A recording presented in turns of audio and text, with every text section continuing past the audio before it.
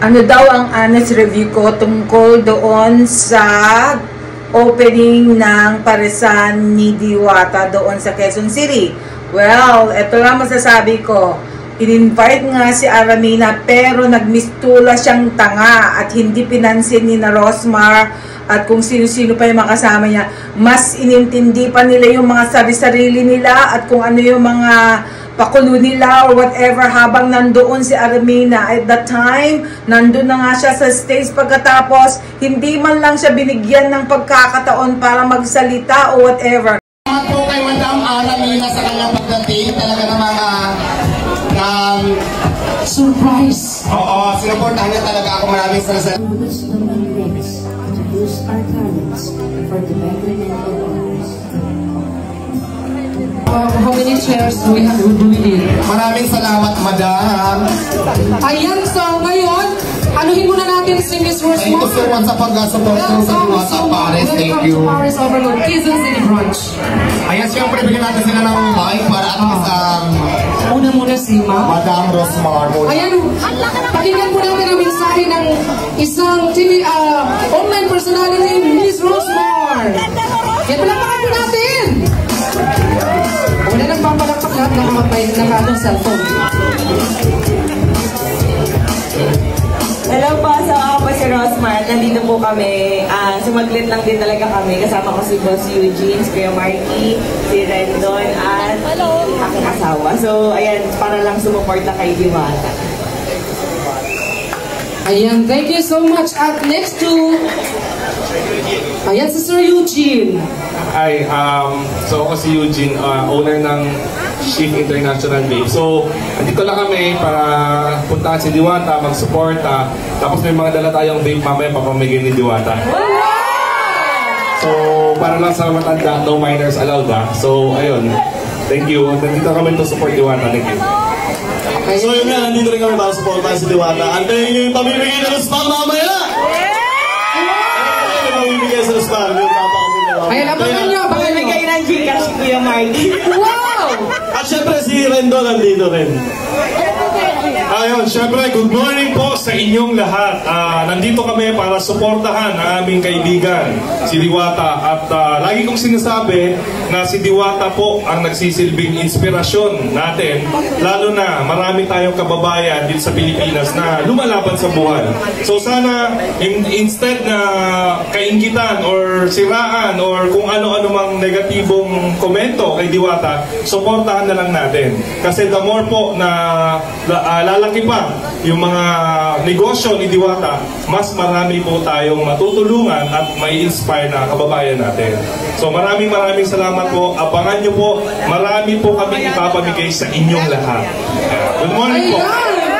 Salamat, Boss Rendon. Balita po. Wait lang guys, gusto nyo ba sumayaw si Kuya? Ayan! Sampol! Sampol! Sumasampol na! Sampol na! Grabe di ba? Mamaya na, kararating ko pala. Grabe ko.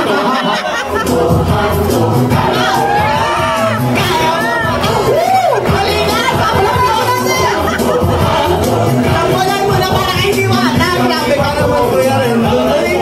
Kala ko ba gusto nyo ba? Ayaw ba sa suporta ka? Ibang onting sayaw lang ayaw ko. Paano yung steps? Alam ni Rosmar. Alam si Boss Eugene. Boss Eugene. Ayan lang. Gusto nyo ba sampolan? Pag sumayaw si Boss Eugene ng Shift International, pwede. Nasabayan ko. Wow! Oo. Wala ito, TM na gusto. Mamaya na. Aga-aga pa bro. Pang finale daw yun. Mamaya na rin pa rin si Boss Rendon. Mamaya na. Mamimigay muna tayo. Mamimigay muna. Wait lang, mamimigay ka ng 10K o sasayaw ka? Dali na! Nasaan yung kanta ng Jumbo Hotdog?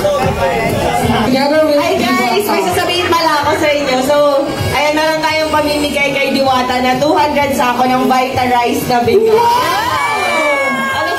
Saan mo gagamitin yung biga? Siyempre, ipapamigay din natin sa mga nandito ngayon na nag-import. So lahat ng mga nandito, meron magtatanggap na bigas.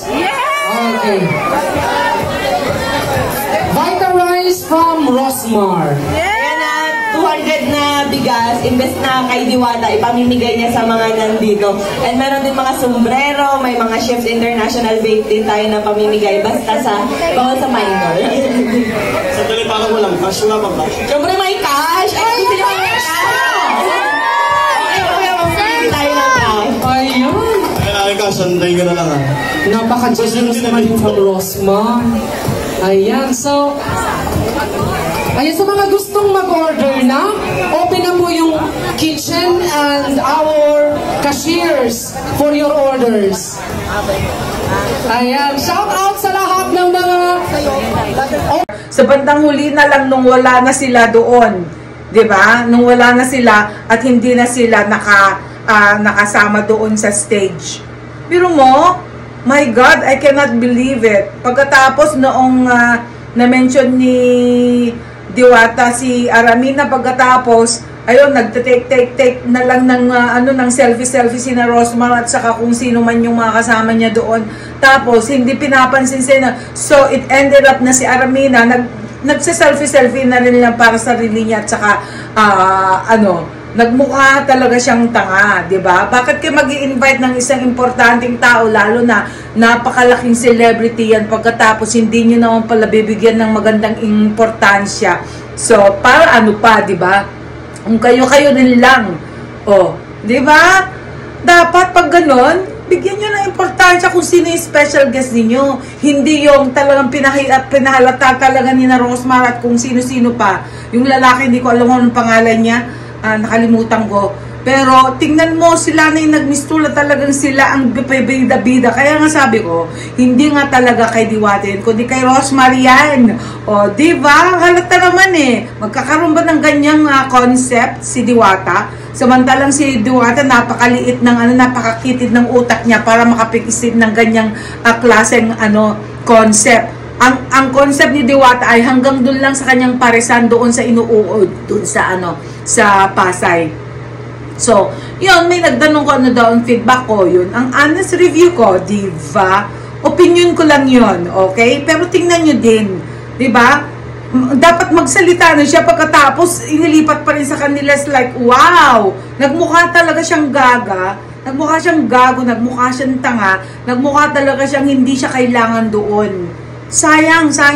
Hindi katulad doon sa kay Hiwaga na ang ganda, binigyan ng importansya ni Hiwaga doon sa kambal, si Casey at saka si Mavi Legaspi, anak ni Carmina Villalba at saka Zoren Legaspi. Yun ang totoong treatment para sa mga kilala at sa mga bibigating tao. O, diba? Nakakaya kayo. Kung mag-inviting lang kayo ng bisita, lalo celebrity, lalo kung napakalaking pangalan niyan, hindi naman basta-basta si Aramina. Pagkatapos, tratuhin nyo rin na maganda, hindi ganun na parang binabaliwala nyo lang, at kayo na lang, di ba? Wow! Ang yayabang kasi ninyo eh. Kunwari pa kayo magkakaroon ng Aramina, pagkatapos trinatuhin naman siyang gago at tanga. O, di ba? Treat them properly, wala nang pupuntang mga tao pag ganyan. Ngayon lang marami. Pero I am sure, diba? I am sure, mas dudumugin pa rin si Hiwaga dahil si Hiwaga, totoong tao, down to earth, at saka magiliw sa mga customer. O, diba?